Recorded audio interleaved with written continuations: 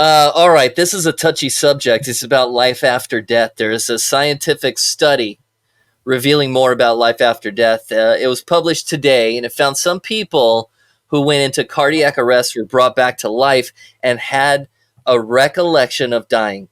You've heard this many times before, but let's get into it here. Watch. We're back now with a story that got us all talking and thinking today. It's a fascinating new study about the mysteries of death, what happens to our brains and bodies, and what it might really be like to die. Ann Thompson explains. The moments after death. Mr. Pendleton, you know where you are, don't you?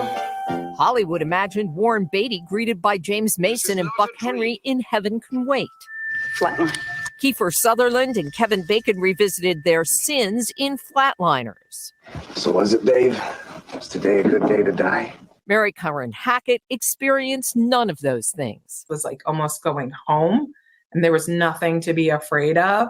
The Cincinnati writer's heart stopped for several minutes in the hospital in 2004.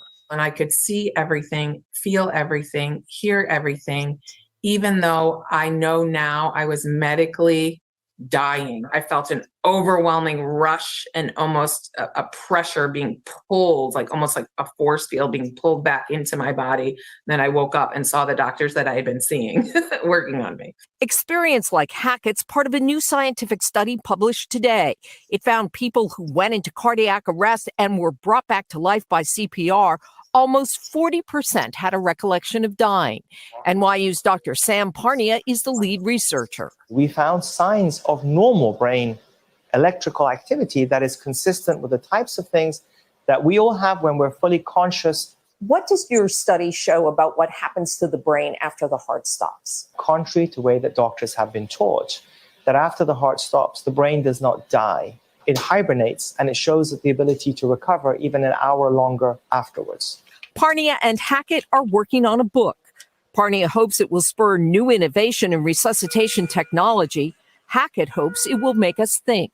If you talk about how you're going to die or what's going to happen when you die, it frames how you are going to live and what could be more impactful. As science tries to unlock the mystery of death. Ann Thompson, NBC News. I've overdosed twice, and then I've been clinically dead for 90 seconds, and I can agree with the woman. There's absolutely nothing. I remember the only thing I remember is the last 10 seconds when they're reviving me is hearing something from the back. And the second time that my second overdose, when they had finally were slowly bringing me back, in the back of my mind, it was this weird hovering thing. The one thing I remembered was catheterize.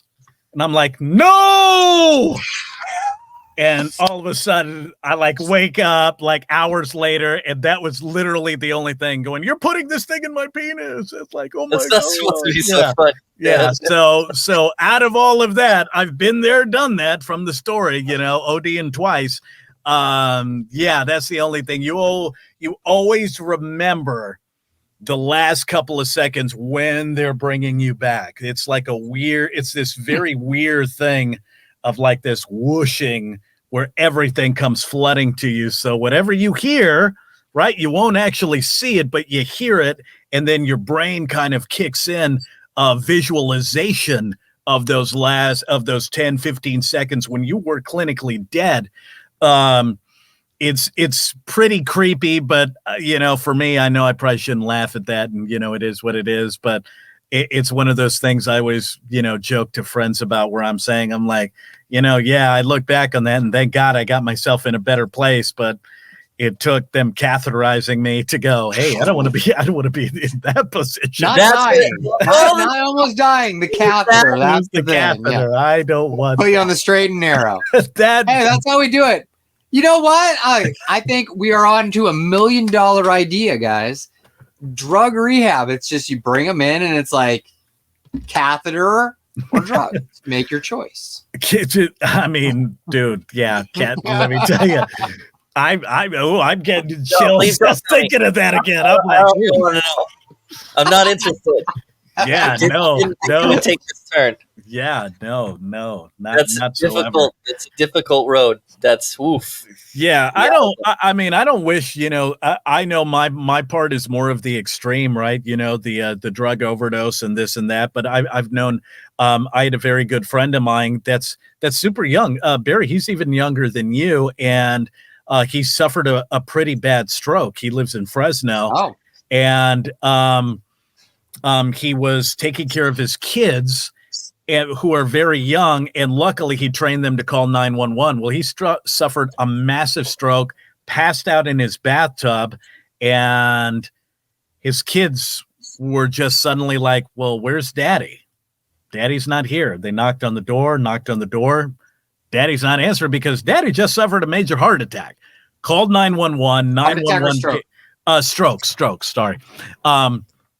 911 came, did the whole defibrillator thing, told him, saved him, brought him back. He didn't remember anything. Turns out he needed a double bypass surgery. 36 years old, man. And this guy was having to do this massive surgery. Something happened in surgery, dead, close to 2 minutes. And the one thing he told me, he was like, dude, there is nothing on the other side. I didn't see anything. I didn't have some real cool thing. And I just think to myself, I'm like, you know what? God forbid, whether it's something from a health related issue or drugs or whatever.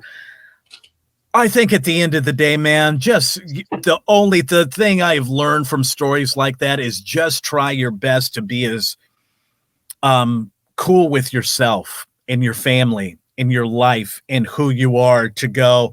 If the moment comes, then at least I can say I was happy with who I am. I don't need to have these crazy flashback Hollywood-esque movies having me go through this because, I mean, do you really want to see your kids crying? Because they found you dead in a bathtub. I mean, do you want to see, the one thing that always broke my heart was my mother finding me, in the living room floor.